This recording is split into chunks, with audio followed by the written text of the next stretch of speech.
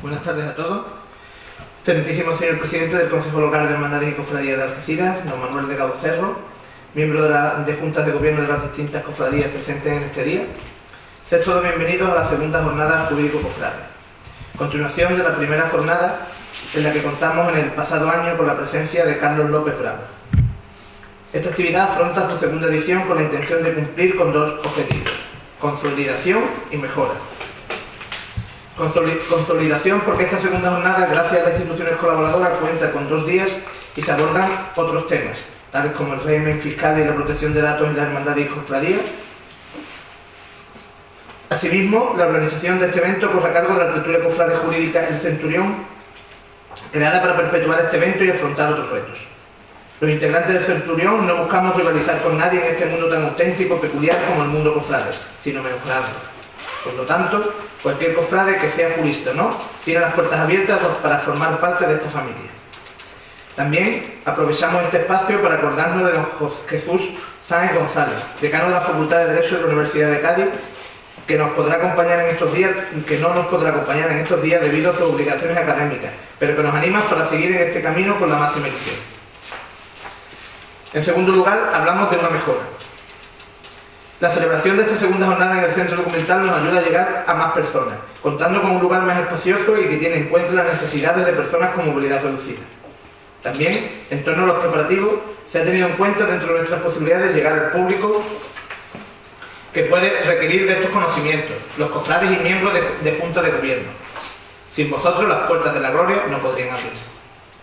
Por último, solo tenemos un deseo en torno a estas jornadas: que la disfrutéis mucho, os supongan un entretenimiento y nos veamos el año que viene, si Dios quiere.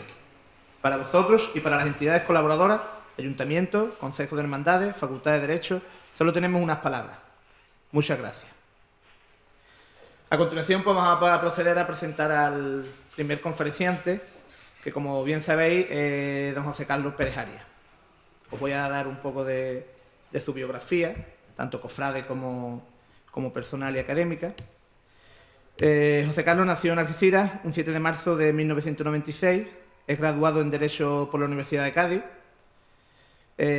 posee máster de acceso a la abogacía por la misma universidad, ha realizado cursos de experto en Derecho Urbanístico en la UNED y obtuvo la mención honorífica Julio Benaloche a los mejores expedientes académicos de Derecho otorgada por la Fundación Andaluza de Estudios Financieros y Tributarios. En cuanto... es corta, puesto que es joven, pero estoy seguro que dentro de unos años pues faltará hoja, dada tu gran capacidad intelectual y jurídica. En cuanto a su vida cofrade, pues podemos decir que es hermano de la Hermandad de la Buena Muerte, de la que es miembro de Junta. También es hermano de las Tres Caídas de Trinidad de Algeciras y de la Macarena en Sevilla, en el que tuve pues el gusto de poder ser el hermano que le firmó para poder pertenecer a nuestra querida hermandad de la Virgen de la Macarena de Sevilla. Es autor del libro de historias y anécdotas de la Semana Santa de Algeciras, editado por la editorial Imagenta en el año 2017, y, como os he dicho antes, es miembro en concreto, pues desarrolla el oficio de vocal de formación en la Archicofradía Carmelita de los Estudiantes. También, aunque no lo ponga aquí, deciros que tiene un proyecto ahí un poco aparcado, pero que, como le he dicho él, que sin pausa pero sin prisa, pues tiene medio terminado la realización de un libro de la Semana Santa de San Roque, en la que pues he tenido el gusto de colaborar, y también cada vez, por lo menos desde lo que nos corresponde al Consejo de Hermandades de San Roque, cada vez que hemos necesitado que nos haga un escrito o cualquier ayuda, pues siempre ha estado lo que queráis y siempre ha estado atento para colaborar con nosotros. Pues nada, José Carlos, sin más, esperemos que escucharte y sobre todo aprender.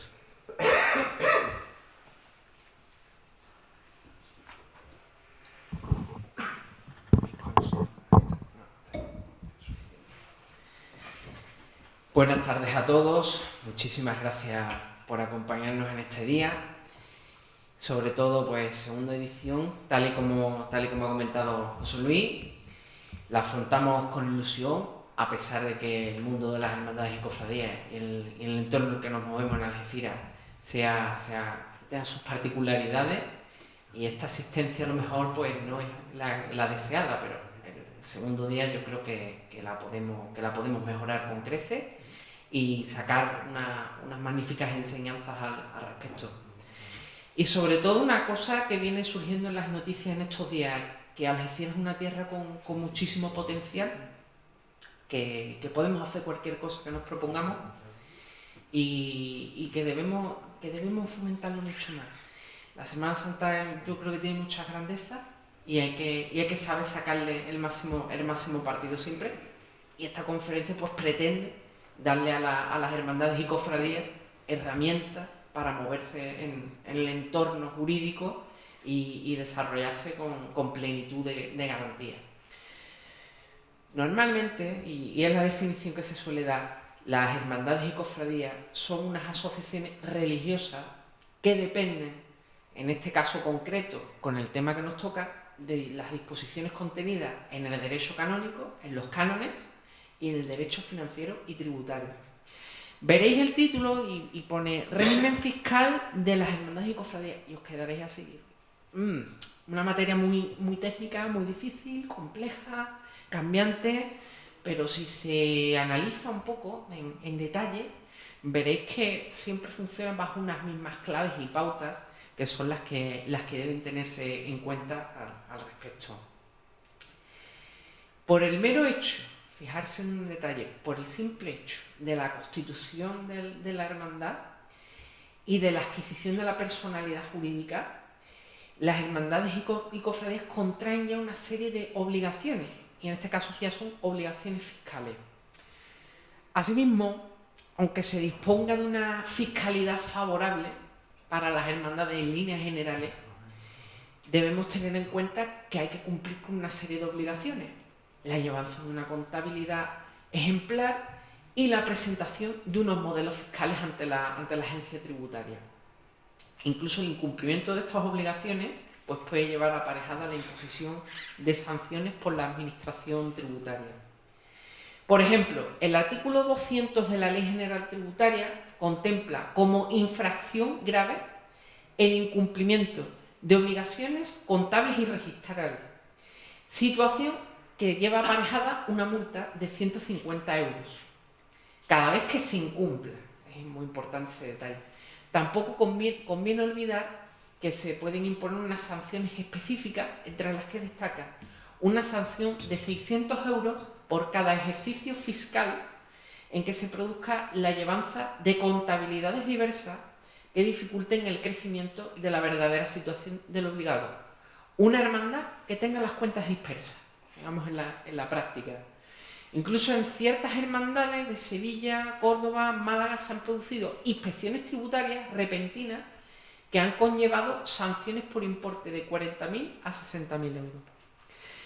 Tal y como os he comentado con anterioridad, el régimen fiscal comprende el conjunto de normas y reglamentaciones que están vigentes en la actualidad. De ahí que las noticias que escuchamos en los medios de comunicación en torno al IVA de la carrera oficial adquieren una gran importancia, tal y como lo voy a tratar con posterioridad. Y que las hermandades y cofradías deben cumplir de forma obligatoria. Se trata del derecho fiscal, es un derecho administrativo, como decimos nosotros, pero un derecho administrativo muy especial, que está en permanente evolución y que ha ido cogiendo importancia con el paso del tiempo. De hecho, se habla hasta de un derecho fiscal a la carta. O sea, que es un derecho en el que si tú planificas a la institución, se pueden conseguir objetivos interesantes. El objetivo fundamental de todo esto: eficacia, eficiencia y buena gestión de los recursos en la gestión de las hermandades y cofradías. Y una idea que debe quedar muy clara: que las hermandades y cofradías deben adaptarse y sobrevivir. Podrán pasar situaciones difíciles, crisis, injerencias del poder. Pues aquí hablamos incluso de que el derecho fiscal es influencia de la política, de la economía, de numerosos factores que deben ser también analizados.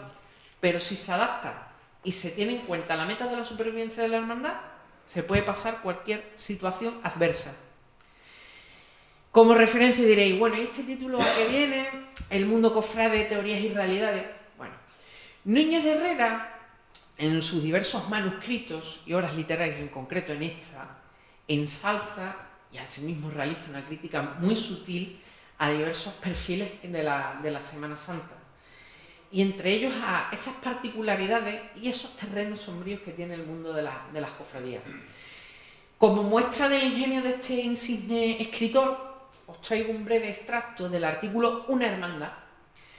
Y diréis, ¿a qué viene esta referencia? Y es porque la principal fuente de ingresos de las hermandades y cofradías en la actualidad proviene de las cuotas de hermanos, tal y como en el desglose de ingresos haremos a continuación.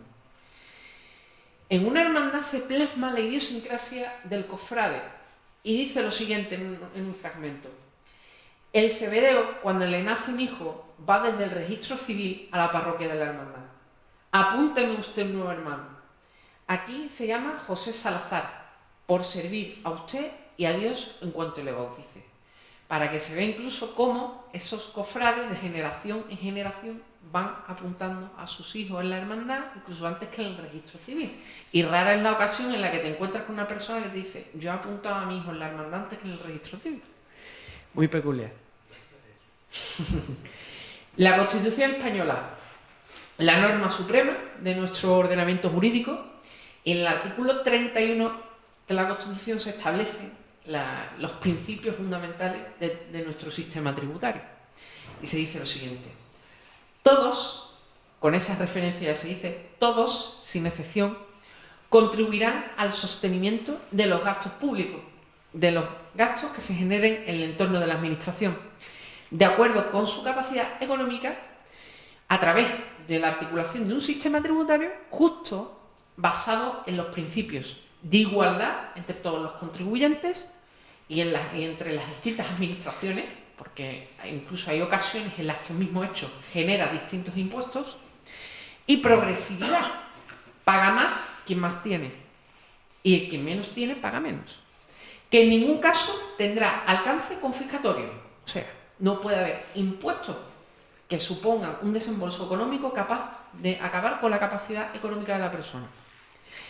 El gasto público debe tener una asignación efectiva, equitativa de todos los recursos y su programación y ejecución debe responder a dos criterios, eficiencia y economía. Y solo podrán establecerse los distintos impuestos y prestaciones a través de las distintas disposiciones legales a las que iré haciendo referencia. ¿Dónde están en este entorno de la Constitución las hermandades y cofradías? Esa es la pregunta que uno se hace muy ingenua. Pues en dos preceptos se encuentran referenciadas, de forma implícita.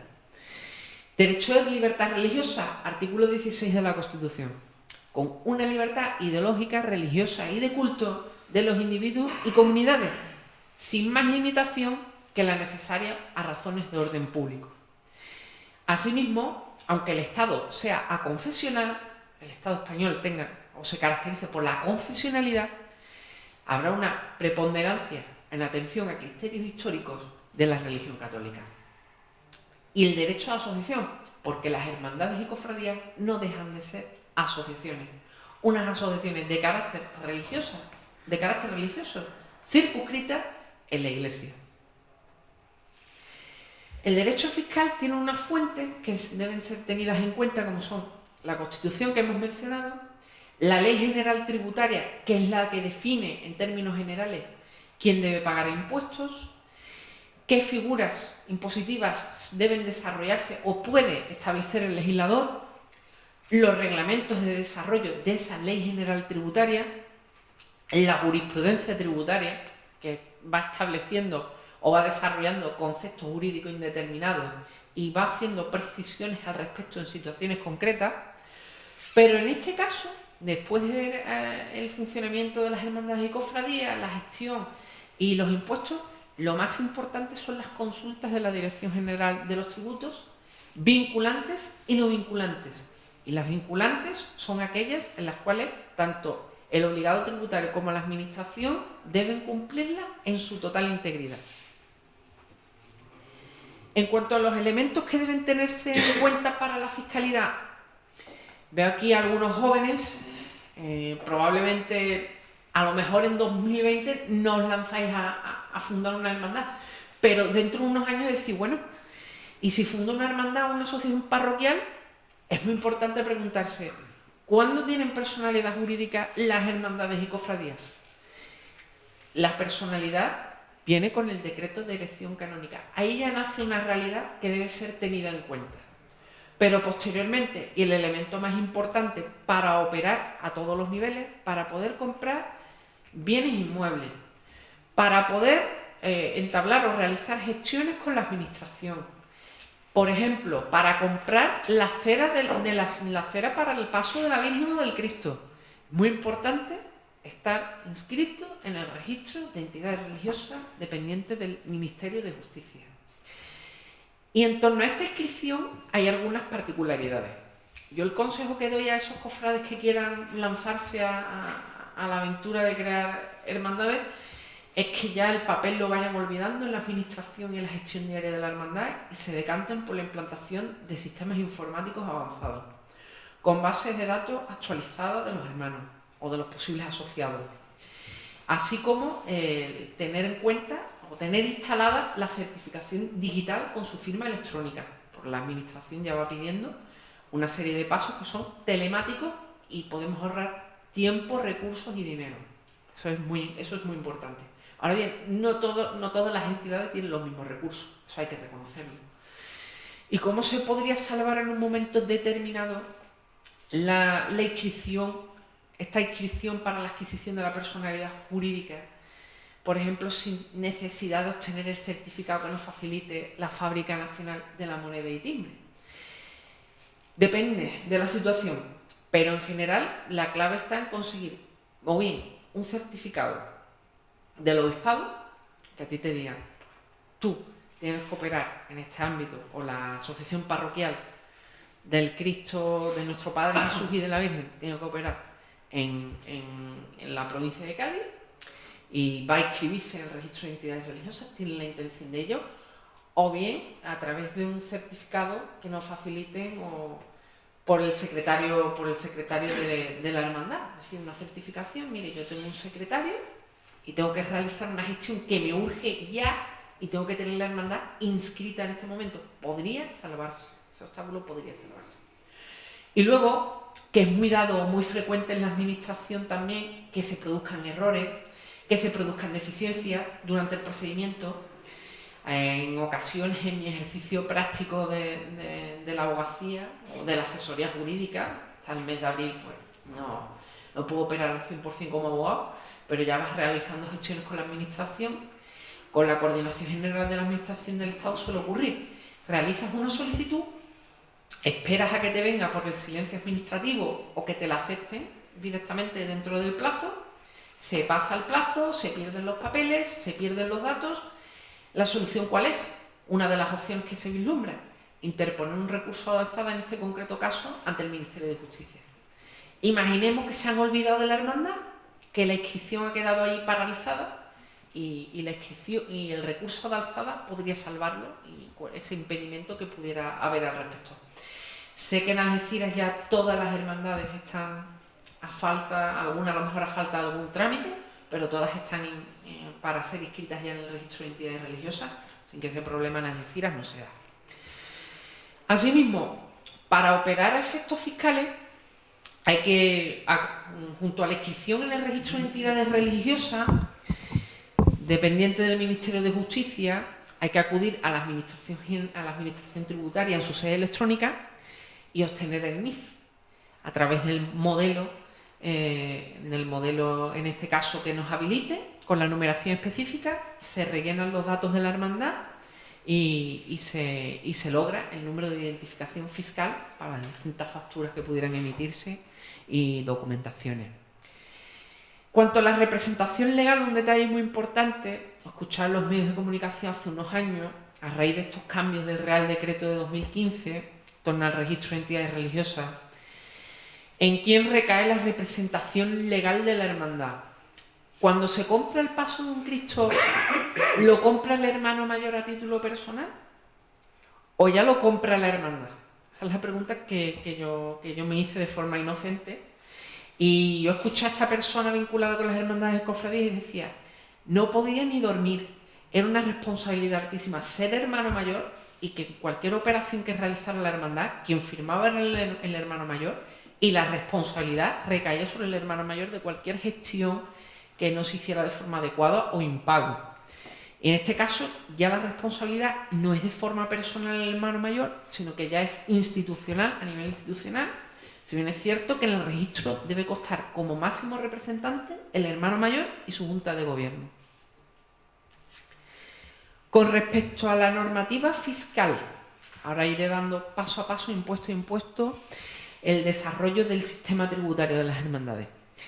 Se produjo un cambio importante en 2015 a raíz en especial en torno al impuesto de sociedades. Yo creía de forma ingenua y decía, bueno, las hermandades son entidades sin ánimo de lucro que no van a buscar maximizar el beneficio como las empresas. Pues tendrán un régimen único. Pensé eso y bueno. Y analicé el asunto con una perspectiva ya más objetiva y los regímenes, las hermandades disponen de una optatividad de regímenes.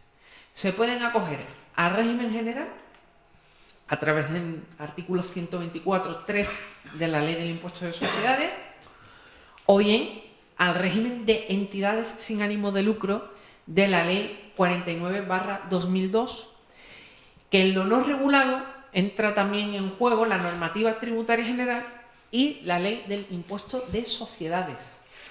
Por lo tanto, os preguntaréis, ¿qué sistema es el más beneficioso? ¿Cuál es el sistema más beneficioso? ¿O qué diferencias hay entre un sistema y otro?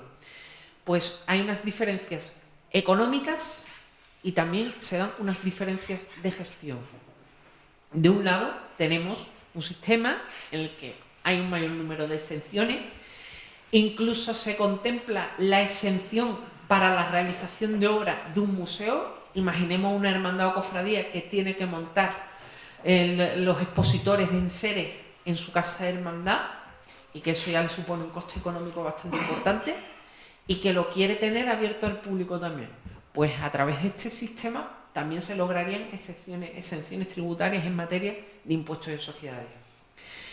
En cambio, en el otro sistema no hay prácticamente exenciones, salvo las exenciones generales previstas, en tanto en cuanto pues tienen que estar relacionadas a las explotaciones económicas. Imaginemos una hermandad que no hace actos, no monta caseta a la feria, no monta sus ambigús en las barras de los cultos. Imaginemos esa hermandad que tiene una actividad ya más donde prima más lo religioso. Quizá es más ventajoso el régimen general. Pero el mejor régimen para las hermandades, una hermandad con actividad, con vida, es el 49/2002. ¿Cuáles son los requisitos para acogerse a cada régimen? La opción del 124.3, que es el régimen general. La declaración, las obligaciones declarativas no son obligatorias para las hermandades y cofradías. Los requisitos concretos: que los ingresos totales no superen los 75.000 euros, que los ingresos correspondientes a rentas no exentas no superen los 2.000 euros anuales y que todas las rentas no exentas obtenidas estén sometidas a retención. Típico caso de la hermandad que vende lotería de Navidad todos los años, que la vende tanto en décimos como en participaciones, tanto en los tickets. En la segunda referencia que os he hecho, que es en los ingresos correspondientes a rentas no exentas que no superen los 2.000 euros anuales, cuando se hace esa precisión se tienen en cuenta los ingresos totales, no los beneficios, que es un detalle muy importante. Esos beneficios no se hace referencia, sino los ingresos. Por ejemplo, hemos vendido 1.000 papeletas de lotería de Navidad que nos supondrán un ingreso de 10.000 euros, sin descontarle los gastos de imprenta y todos los gastos de gestión. Entonces, estaríamos en ese marco, no podríamos acogernos a ese régimen. Opción del 49.2. Si no se cumplen los requisitos del 124.3, toca acogerse a esta opción. Y entiendo que es la mejor. Requisitos de este régimen fiscal. Primero, perseguir fines de interés general de la entidad. He leído por ahí en algunos foros, en algunos mentideros, que hay hermandades que tienen con gastos de representación o dieta a los miembros de junta de gobierno. Pues en ese caso no podrían acogerse a este régimen de entidades sin ánimo de lucro. En segundo lugar, que se destinen a dichos fines al menos el 70% de las rentas derivadas de explotaciones económicas y transmisiones de bienes o derechos. En este punto hay que tener muchísimo cuidado porque suele ser la práctica en las hermandades, sobre todo cuando estamos en pequeños grupos, que tenemos al hermano constructor que tiene su empresa de construcción y le decimos, oye, pues te vamos a presupuestar la obra de la casa de hermandad, pues sabemos que eres hermano nuestro, que vas a estar más preocupado que el resto, que le vas a poner mayor profesionalidad y te vamos a encargar este proyecto. Si ese hermano nos presupuesta, nos dice lógicamente que eso vale un dinero, pues ya estamos hablando que esa actividad o que ese acto que debemos incluir en los presupuestos anuales de la hermandad no se acoge a ese fin de interés general y se trata de una explotación económica que va hacia el interés del hermano. Eso es importante. Aquí cuando se habla de interés de la hermandad, es del interés de la hermandad en su conjunto. Efectivamente, también va relacionado con ello, no solo a esas explotaciones económicas, que hay que tener mucho cuidado con ellas, cuando esa hermandad tiene unos ingresos por caseta, por lotería de Navidad bastante elevados, hay que tener mucho cuidado al respecto de calcular muy bien lo que tenemos. Ahí es muy importante la contabilidad. En línea con lo que decía de ese constructor, pues que los miembros de junta no sean los destinatarios principales de la actividad de la institución. O sea, lo que persigue esta ley y este sistema es que los miembros de junta separen su finalidad personal, su actividad personal, de la actividad de la hermandad. Efectivamente, también los cargos, tal y como he comentado, deben ser gratuitos. Y luego, que en caso de disolución, que eso ya no se da, eso se dio en Sevilla, en una hermandad muy antigua que llegó a la disolución y luego llegó a refundarse, que fue la Hermandad de la Veracruz, que en caso de disolución su patrimonio se destine a entidades consideradas o beneficiarias del mecenazgo. Eso se explica de una manera muy simple. Imaginemos que se disuelve la hermandad, pues en el imaginario queda que el Cristo y la Virgen se van a quedar en la parroquia, lógicamente. Que estén inscritas en el registro de entidades religiosas, tal y como he comentado anteriormente, con todas las pormenorizaciones. Que se cumplan las obligaciones de contabilidad. Que la contabilidad no significa gasto, como ahora desarrollaré con posterioridad. Que se rindan todas las cuentas tal y como dispone el canon 319 del Código de Derecho Canónico, que en ese caso es trasladarlas y elevar todas y cada una de nuestras cuentas pormenorizadas al obispado, ni más ni menos. Y que el obispado ya a su vez se encargue de hacerlas constar en el registro de entidades religiosas, así como cualquier cambio que pudiera darse. Y la elaboración y presentación anual de una memoria económica en la que se especifiquen los ingresos y gastos del ejercicio por categorías y proyectos. Esta memoria económica hay que hacer una pequeña precisión, y es que si los ingresos por explotaciones económicas son inferiores a 20.000 euros anuales, no es necesario presentarla. El acceso, tal y como os he comentado, es la optatividad del sistema. La hermandad elige, la hermandad en atención a sus circunstancias ve qué sistema le conviene más. Las hermandades y cofradías podrán acceder a este régimen fiscal en el plazo y en la forma que reglamentariamente se establezca. Y os preguntaréis, en este plazo, en este régimen, ¿cuál es el plazo existente para presentar las cuentas? ¿Cuándo se cierra el ejercicio, se entiende cerrado el ejercicio económico?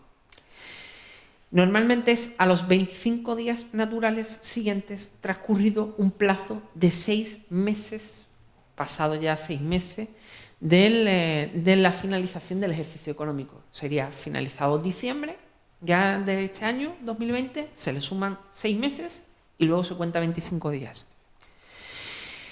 En cuanto para acogerse a este régimen y para la identificación fiscal, hay que comunicarlo a la agencia tributaria y presentar el 036. Que este es un modelo 036 ya más anticuado y ya está adaptado en la página web de forma telemática con todas las casillas y categorías. Otro elemento importante para impedir sanciones, pues aquí lo que buscamos es una gestión eficaz. No solo hay que cumplir con obligaciones fiscales, sino también con obligaciones eclesiásticas. Rendimos cuentas ante las administraciones y ante el obispado y ante las autoridades eclesiásticas. La gestión debe ser con una cuidada contabilidad, rindiendo cuentas y muy recomendable, aunque no sea obligatorio en todos los casos, realizar una memoria anual económica. Un elemento muy interesante para los hermanos de las hermandades, que no todos lo tienen en cuenta, y esto lo hablamos siempre en la hermandad de forma informal. Cuando llega el mes de abril y hay que hacer IRPF, hay que hacer renta, declaramos la renta. Es una opción que tienen los hermanos para incentivar esa inversión que hacen en un patrimonio cultural y religioso, y la Administración Tributaria lo tiene en cuenta.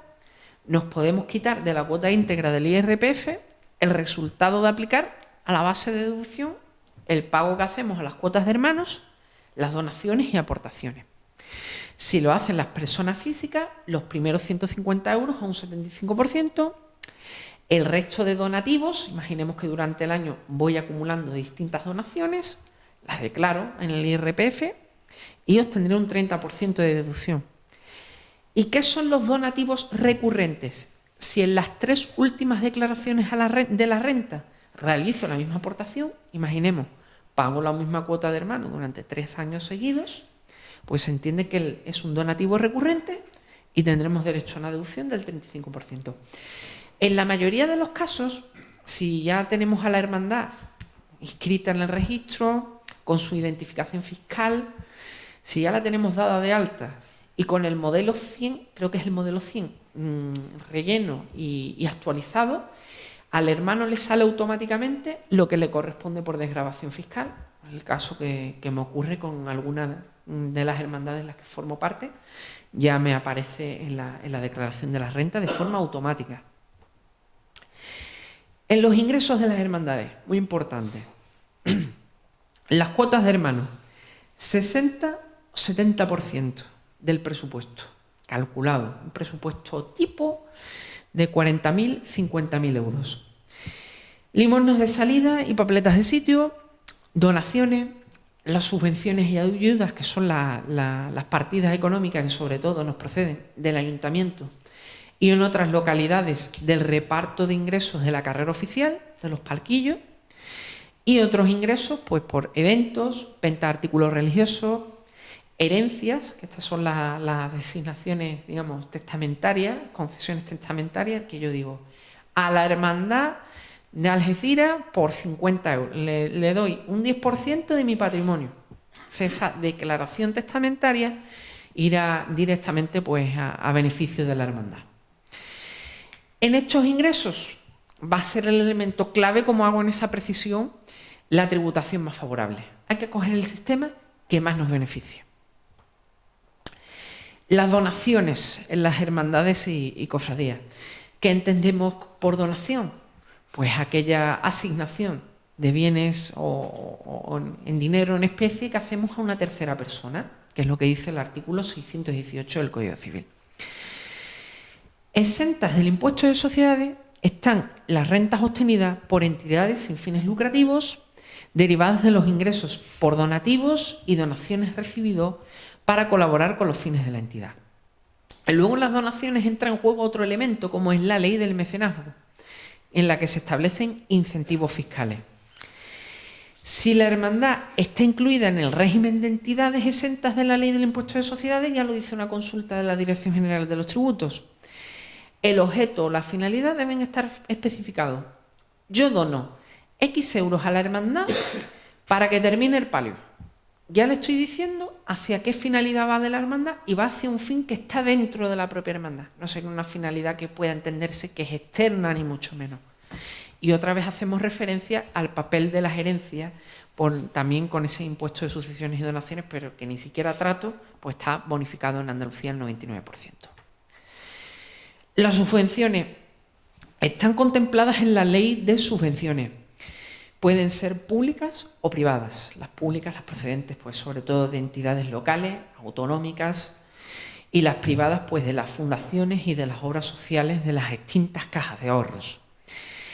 El tratamiento fiscal a efectos de IRPF, sociedades IVA, en la mayoría de los casos, por no decir en su totalidad, están exentas de tributación.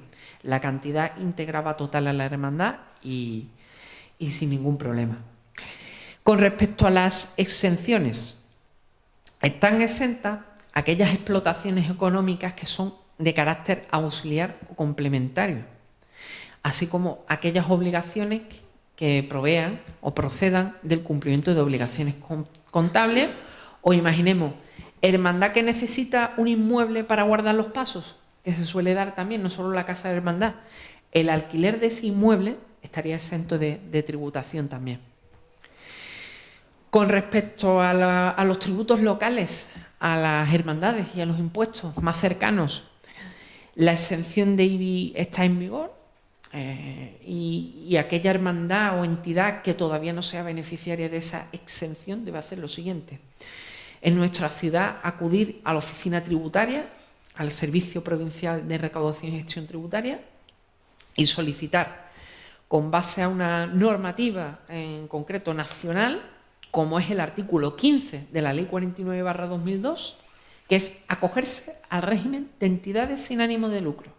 Elevar un escrito y decir, somos una entidad sin ánimo de lucro y queremos beneficiarnos de la exención en el impuesto sobre bienes inmuebles. La argumentación tradicional en este punto siempre ha sido el acuerdo con la Santa Sede de 1979 en el bloque de obligaciones económicas, en el que se decía que la Iglesia Católica es beneficiaria de cuantas exenciones y beneficios fiscales procedan. Y otro de los argumentos tradicionales que se ha usado legales para intentar lograr esta exención ha sido el artículo 62 del Real Decreto 2/2004, los bienes de la Iglesia Católica. ¿Pero qué decía la Administración tributaria? Las hermandades. Pues las hermandades decían, somos iglesia, somos miembros de la Iglesia Católica, en los escritos, pero decían, las hermandades son asociaciones de la Iglesia, asociaciones de carácter religioso, o lo que es lo mismo, no la Iglesia Católica como tal. Por lo tanto, se hacía esa diferenciación y se pedía que se acudiera al régimen de entidades sin ánimo de lucro. Y luego, de forma simbólica, testimonial en otras localidades, tenemos el pago de tasa de ocupación de vía pública pues, por la instalación de la carrera oficial en algunos municipios. Y en este punto es interesante hacer la precisión de que el Consejo Local de Hermandades y Cofradías, uniones de hermandades, asociaciones de hermandades y cofradías, pues también están vinculadas por la normativa tributaria y deben cumplir con las obligaciones fiscales. La polémica de estos meses, una polémica reciente, como es el impuesto sobre el valor añadido. La ley del IVA lo dice de forma clara, el IVA grava el consumo de bienes y servicios. Por lo tanto, las hermandades que tienen personalidad jurídica, tal y como os he comentado con anterioridad, pues pueden realizar negocios y actos de disposición. Y la controversia es clara con respecto a otras consultas, que ahora también haré una leve referencia. Consulta del año 2016, de 31 de agosto de 2016. Un señor de la agrupación de las cofradías de Murcia, en consulta vinculante, se preguntó si la carrera oficial de la ciudad de Murcia, que tiene una peculiaridad bastante notable con respecto a las carreras oficiales de Andalucía, la gestión no está directamente encomendada al Ayuntamiento de Murcia en el acuerdo de colaboración con el Consejo, sino que está en manos de una sociedad mercantil. Es una concesión que ha realizado el Ayuntamiento de Murcia, para que ya introduzcamos ese matiz que tiene la carrera oficial de Murcia, que es la que protagoniza esta consulta tributaria. Y este señor se preguntó si generaba impuestos sobre el valor añadido, el pago del IVA, el pago de los señores abonados de la carrera oficial de Murcia. Y os voy a detallar los aspectos centrales de esta consulta, que no salen en los medios de comunicación. A mí me ha costado muchísimo trabajo encontrarla, pero he quedado con ella. Descripción que realiza la consulta. La entidad consultante es una hermandad religiosa y sin ánimo de lucro, cuyos fines son el culto a su titular, mantenimiento de bordados, estandartes y banderas y preparación de las procesiones de Semana Santa, con procesiones declaradas de interés turístico internacional. Ya la descripción nos está diciendo que va dirigida a la agrupación de cofradías de Murcia. Los ingresos que proceden de esta entidad, las cuotas de los cofrades, venta de lotería, donaciones y las ventas de las tribunas para presenciar las procesiones de Semana Santa. Contestación que hace oficial la Administración, la Dirección General de los Tributos, en 2016. Artículo 4 de la Ley del IVA. Este artículo declara que están sujetas al impuesto las entregas de bienes y prestaciones de servicios efectuadas por empresarios o profesionales con el desarrollo de su actividad empresarial o profesional. Como dato a favor de las hermandades y cofradías, no se dice nada en concreto de asociaciones que se llamen hermandades y cofradías en el artículo 4 de la Ley del IVA. Ahora bien, el artículo 5 es el que te dice quiénes son empresarios o profesionales.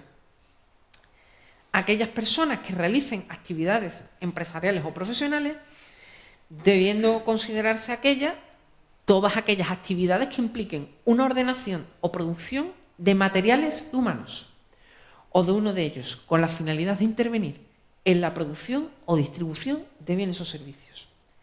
Y quienes realicen varias entregas de bienes o servicios que supongan la explotación comercial de un bien o incorporal. Y según se desprende, dice la consulta, según se desprende de los preceptos, no tienen la consideración de actividades empresariales o profesionales a efectos de IVA las actividades de carácter social y popular desarrolladas por la hermandad consultante en el marco de las procesiones de Semana Santa, que tienen lugar en la vía pública, en las que participan tanto los asociados como el público en general. Pero ojo, aquí viene la precisión que realiza la Dirección General de los Tributos, que se consideran los ingresos que se consideran efectuados en el desarrollo de una actividad empresarial y que por lo tanto son objeto de devengo del impuesto sobre el valor añadido son las siguientes. El ingreso por abono de las cuotas de los cofrades, nada se dice aquí de cuotas de hermanos, nada se dice de papeletas de sitio, es un concepto indeterminado por completo, el primer concepto. Los ingresos por ventas de tribunas, esto sí hace clara referencia a la carrera oficial, y los ingresos por venta de lotería. Y en la lotería hace una precisión. No sería objeto de IVA dentro de la lotería la cuota fija que se paga por el dinero que se juega a loterías y apuestas del Estado, sino el margen de beneficio que iría hacia la hermandad. Y siempre y cuando entienden los especialistas, los fiscalistas, siempre y cuando sean las aportaciones de grandes décimos de lotería, de los 20 euros del décimo de lotería, ni mucho menos la participación de 2 euros o 1 euro que normalmente sacan a la calle las hermandades y cofradías. Las prestaciones de servicio y entregas de bienes accesorias, aquí en la agrupación de cofradías de Murcia desarrolla su argumentación, lógicamente está en contra del planteamiento que le hace la Administración tributaria y dice que estos ingresos están exentos de IVA, con justificación en el artículo 20 de la Ley del IVA, con justificación la pertenencia a la Iglesia Católica, que es esa base argumental del acuerdo de 1979 con la Santa Sede, y como tercer argumento, que se trata de entidades sin ánimo de lucro. En ningún momento van a lucrarse de la actividad que realizan. Sin embargo, normalmente, el argumento fundamental para abordar el IVA en la carrera oficial es que dicen lo siguiente, y pongo una situación práctica para que se entienda. Carrera oficial de una ciudad media, imaginemos 3.000 sillas, y vienen y se ponen a la venta, el Consejo decide ponerlo a la venta, los abonos, las entradas sueltas. ¿Y quiénes son los destinatarios de esos abonos y esas entradas sueltas? ¿Son solo los cofrades o son más personas? ¿Son los turistas en relación con los turoperadores o los hoteles, que normalmente tienen pases de la carrera oficial? ¿Son también personas normales que dicen vamos a ver un día de Semana Santa por conocer cultura y por empaparse de la religiosidad popular? También puede ocurrir. Y es ahí hacia donde va, que el servicio de la carrera oficial va dirigido puede ir dirigido a un particular. O sea, cualquier persona puede comprar un abono de la carrera oficial y de ahí se entiende que hay una actividad económica y por ahí es donde tira la Dirección General de los Tributos y sostiene la aplicación del IVA. Y finalmente, en esta consulta dice lo siguiente: quedan exentas todas aquellas prestaciones de servicios y entregas de bienes accesorias derivadas de las distintas cuotas que pagan los cofrades. O sea, queda descartado ya a las cuotas de hermanos que vayan cargadas con el IVA. Y tampoco cabría en la lotería de Navidad cargarle el IVA y el impuesto sobre el valor añadido. Son muchas las interpretaciones que han ido saliendo estos días, estos meses, desde el 27 de diciembre de 2019, y muchas las opciones que han tomado los distintos consejos y agrupaciones de hermandades y cofradías. Unos consejos han apostado por no aplicar directamente el IVA, que yo es el consejo que doy, no aplicar directamente el IVA este año, debido a que se puede entrar en fase de aclaración, de precisión, de cómo va a quedar esto diseñado, porque quedan claras que aquí son muchísimas las dudas. Y otros consejos también han optado por decir: aplico el IVA, pero al mismo tiempo voy a abrir la vía económico-administrativa y le voy a hacer reclamaciones económico-administrativas a la Administración para que declare exento de IVA a la carrera oficial. ¿Se debe considerar la carrera oficial un servicio dirigido al consumidor? Esa es la duda. Nuestra carrera oficial, por desarrollar algunos datos y precisiones con respecto al resto de carreras oficiales, este año aspira a tener 1000 sillas, en la que va a haber distintos abonos o distintos precios y localidades, y se van a ofertar teóricamente para toda la Semana Santa. Un margen muy pequeño va a quedar para entradas sueltas, en atención a la demanda y a la oferta. Comparemos otra carrera oficial de renombre con su situación. 30.000 sillas y con horquillas de precios que oscilan desde los 88 euros, una silla suelta, hasta los 907 euros del palco, del servicio de palco. Y esta carrera oficial también tiene acuerdos con operadores turísticos. O sea, lo que es lo mismo.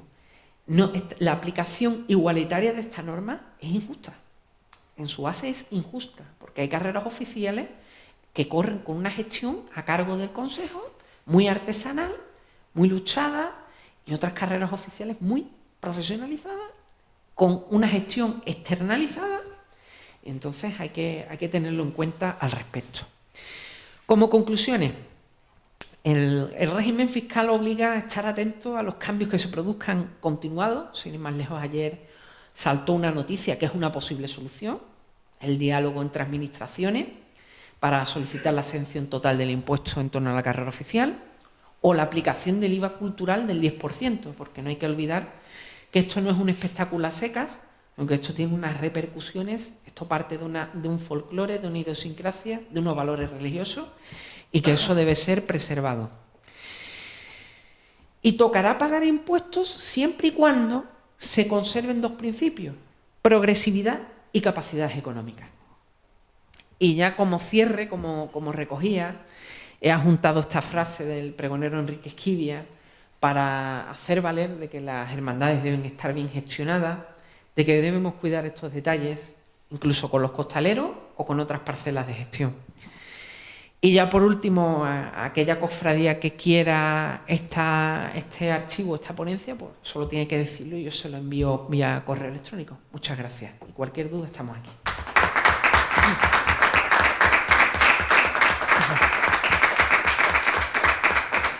¿Cualquier duda? ¿Observación? Una pregunta como presidente del Consejo. Y por lo menos al año nosotros los consejos de cofradía de Algeciras. Nosotros, es verdad, vamos a poner, no llegaremos a 1000 sillas, pero ahora mismo estamos a 700 seguros y podemos aumentar la silla. En los tickets de la silla, el precio va puesto sin precio, sin IVA y sin nada. Entonces, nosotros no ponemos IVA, no ponemos nada. ¿Qué tenemos que hacer nosotros para que esto no nos lleve a ningún problema? Nosotros vamos a recoger un dinero. Pagaremos a la empresa que nos suministra la silla, normal. El beneficio es para las cofradías, que casi todas están en régimen ya de entidades jurídicas. Menos el consejo, que todavía no lo es. Todavía no lo es. Y voy a luchar por ustedes también. Entonces, yo hablé con varias personas me dijeron, tú no pongas, además, nosotros el montante es muy pequeño, ¿por dónde nos pueden atacar a nosotros? Por el montante pequeño, nos asimilan a uno grande también igual, por las mismas condiciones. Pues bueno, en esa situación, el consejo que doy, teniendo en cuenta que las distintas negociaciones, conversaciones, que esto puede dar mucho vuelco, y lanzarse a aplicar el 21%, lo veo erróneo. No lo hemos aplicado. Lo veo erróneo. Vamos, teniendo en cuenta la situación, porque ahora imagina que van a apostar, esos consejos que han apostado por el 21%, y ahora dicen 10%, y la diferencia, lógicamente, los abonados van a ir reclamando, van a ir acudiendo a la sede del consejo pidiendo que les den la diferencia. Es la decisión sensata, no habría que poner nada, y en todo caso estar pendientes de las decisiones que se tomen a nivel institucional, y ya conforme eso, si dicen que es una aplicación retroactiva, pues si el consejo tiene una base de datos con los abonados, ir hablando con abonado a abonado, diciéndole, oye, que hay que pagar este diferencial. Imaginemos que se dice la administración que es retroactivo, que en estos casos no suele ser así, ya se aplicaría para el año siguiente, o bien ya optar, pues... Que el consejo lo asuma. Claro, exacto, que asuma los costes el consejo, pero a priori esto no debe ser objeto de ninguna inspección. Si se cuida la decisión, si el consejo dentro de su base de datos lo tiene en cuenta. Imaginemos que ya para el año próximo puede haber IVA, eso ya se va teniendo en cuenta año tras año con los proveedores, con las cuentas del consejo, eso se va teniendo en cuenta, y no debe dar problemas, además es que es lo más aconsejable. Porque Seguir como vamos, ¿no? seguir como va. Pero en este caso nuestro, por ejemplo, el que lleva el beneficio es el que pone la silla. Bueno, pero Y el problema es nuestro. Es decir, ya, que los beneficios del consejo, declararlo los beneficios del consejo en este caso son mínimos. Es que ese es el problema. Claro. Hoy estaba comentando antes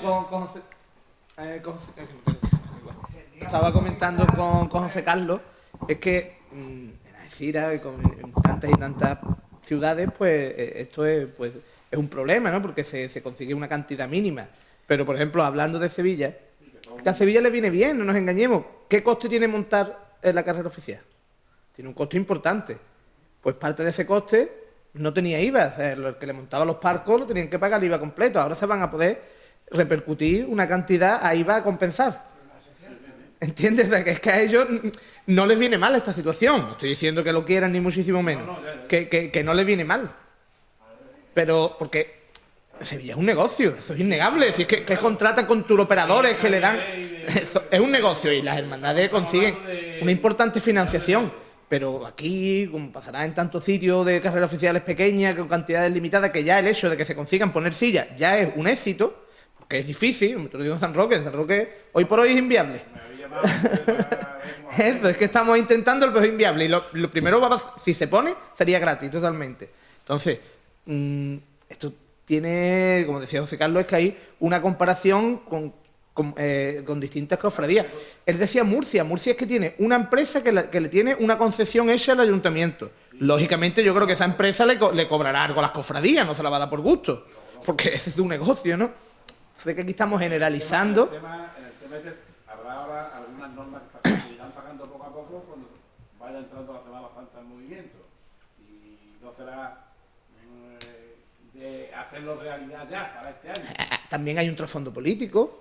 Lleva 3 años esto. Se ha salido ahora, qué casualidad.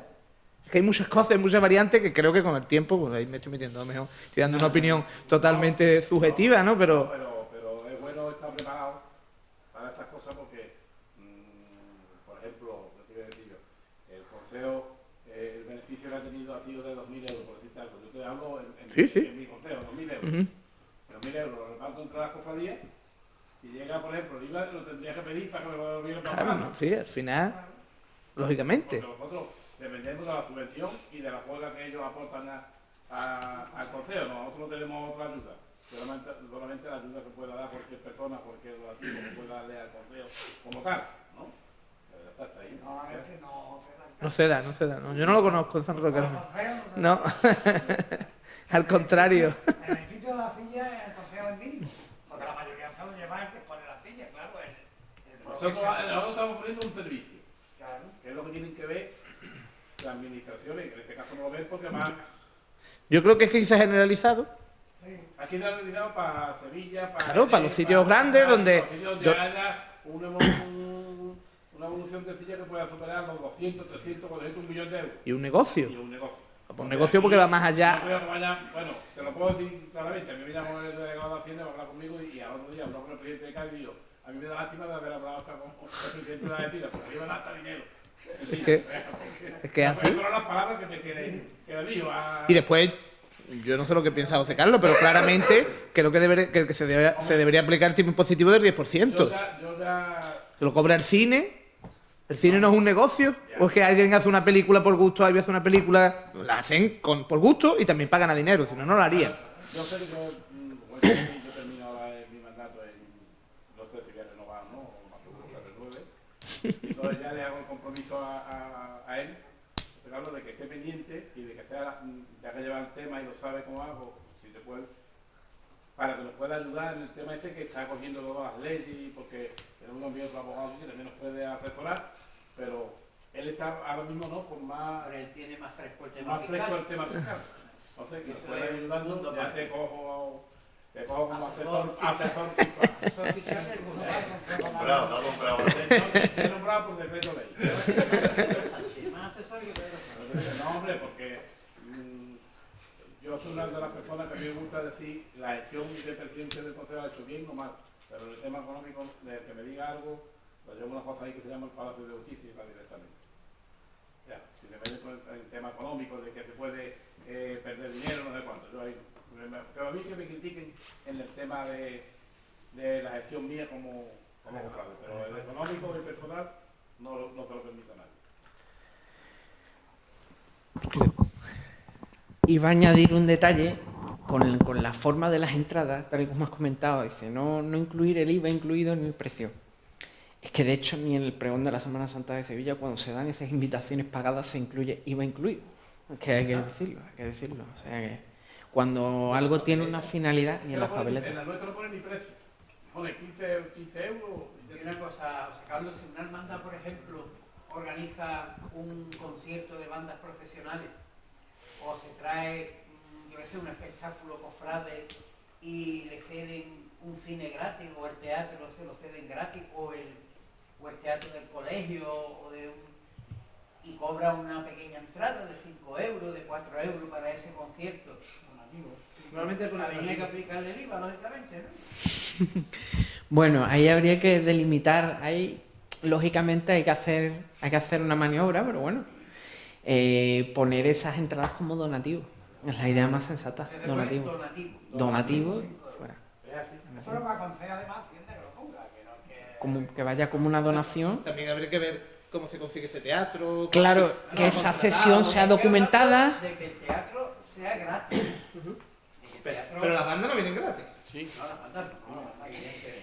Bueno, y ahí hay otra variante muy interesante, que es un tema que llevamos en el candelero, que daría para una jornada, para otras, que hace unas semanas sacó un famoso abogado, como son los derechos de autor de las marchas profesionales.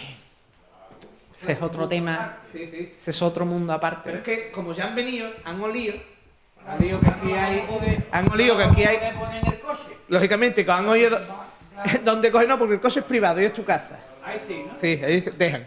Pero como han visto que aquí se va a coger, digamos, hay un cierto... se va a coger dinero, ¿no? Pues entonces dice, si esto es un espectáculo y esto es público, pues a mí me tienen usted que pagar también, que las marchas... Sí, pero las marchas también dependiendo de la edad Sí. de cada marcha. porque Se lo estaba el diciendo. autor- Te recomiendo que veas el programa de La Pasión del martes pasado. ¿Sabes? ¿Conoces el programa La Pasión? Además habla Joaquín Moekel. Y es lo que yo he comentado. Quien decía eso dice, al Consejo de Sevilla le ha venido muy bien. Porque es que ahora, fíjese usted que bien, que vamos a poder repercutirnos una cantidad importante de IVA que antes, pues, Dejaban por todo ello. claro, ¿sabes? No, Y, todas estas cosas tienen sus contrapartidas. igual que también comentaban, ¿por qué se ha sido tan rápido en hacer esto? ¿Por qué no se ha impugnado? ¿Por qué no se ha llegado a los contenciosos económicos administrativos que correspondan? Cuando además hay unas actas que se hicieron en el año, creo, 1996, perdona, no me acuerdo el año, en el que se dice que no tiene que pagar IVA la carrera oficial, o sea, la silla. ¿Por qué ha cambiado ahora? Bueno, Es que yo creo que que además fue recurrido y que al final los tribunales se dijo que no había que pagar IVA. ¿Qué circunstancias eran distintas? Mira, hay un detalle que es una consulta hay diversas consultas de los años 80 y 90 de la Dirección General de los Tributos, y en las que ha habido intentos en aquellos años de hacerle inspecciones al Consejo de Hermandades de Sevilla. Hubo un intento por 34 millones de pesetas, pero que al final se llegó a acuerdo y la Administración desistió en los requerimientos. O incluso en situaciones muy pintorescas o curiosas, como es si estaba sujeto a IVA el dibujo que hace el bordador de un manto. Hasta hay casos en la Dirección General de los Tributos del año 89, de consultas, que te dice si está sujeto o no exento ese elemento, ¿no?, del patrimonio de las hermandades. El gobierno ha dicho que la Junta le ha pedido que no aplique el IVA. Ya ¿en medio? Vale, ha dicho que no, que hay que aplicar el IVA. Claro, no coinciden. quiere algo Claro. de mucho valor y tiene que pagar el IVA. Yo entiendo, no lo sé, o desconozco totalmente que quien gestiona todo es el Consejo de Hermandades. Hablamos de Sevilla, ¿no? Al fin y al cabo. Y después lo que dan es un reparto, se hace un reparto que además reparten todos, incluso algunas hermandades que no son de penitencia. Sí, le dan, en la le dan a las de Gloria también. Pero, Es la vaca de oro de... pero el reparto es gordo, ¿eh? Sí. Unas cantidades que bueno, que ya quisiéramos tener una mínima parte. El presupuesto de ese reparto para todo el año, o sea, para una salida de protección. ¿Tú has visto cuánto cuesta un parco, no?